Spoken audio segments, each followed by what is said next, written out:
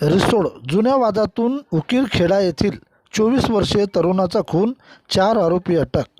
वाशिम जिल्ह्यातील रिसोड तालुक्यातील उकीरखेडा येथील 24 वर्षीय तरुणाचा रिसोड पोलीस स्टेशन अंतर्गत येत असलेल्या सरहद पिपरीजवळ बळीराजा पेट्रोल पंपानजीक परिसरामध्ये अज्ञात व्यक्तीचा खून करण्यात आल्याची घटना 21 जून रोजी सकाळी 8 वाजता उघडकीस आली.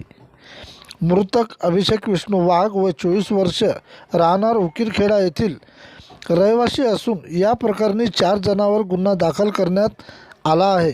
पोलिसांकडून 4ही आरोपीला अटक करण्यात आली. या घटनेने परिसरात खळबळ उडालेली आहे. मिळालेल्या माहितीत मृतकाचे आरोपीसोबत सुमारे 3 वर्षापूर्वी वाद झाला होता. तसेच आरोपी आनंद विनोद मवाळ मृतकाला त्याचे वाहनावर काम करण्यासाठी येण्याचे आग्रह करीत होता, पण मृतकाकडे स्वतःचे वाहन असल्याने तो नकार देत असे.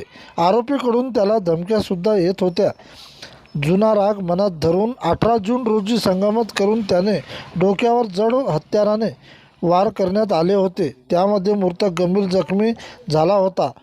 त्याला मेहकर येथील रुग्णालय नंतर संभाजीनगर येथे रेफर करण्यात आले होते, मात्र उपचारादरम्यान त्याचा मृत्यू झाला. मृतकाचे वडील विष्णू गोविंदा वाघ 49 वर्ष वय यांनी 21 जूनला शिरपूर पोलिसात दिली तक्रार.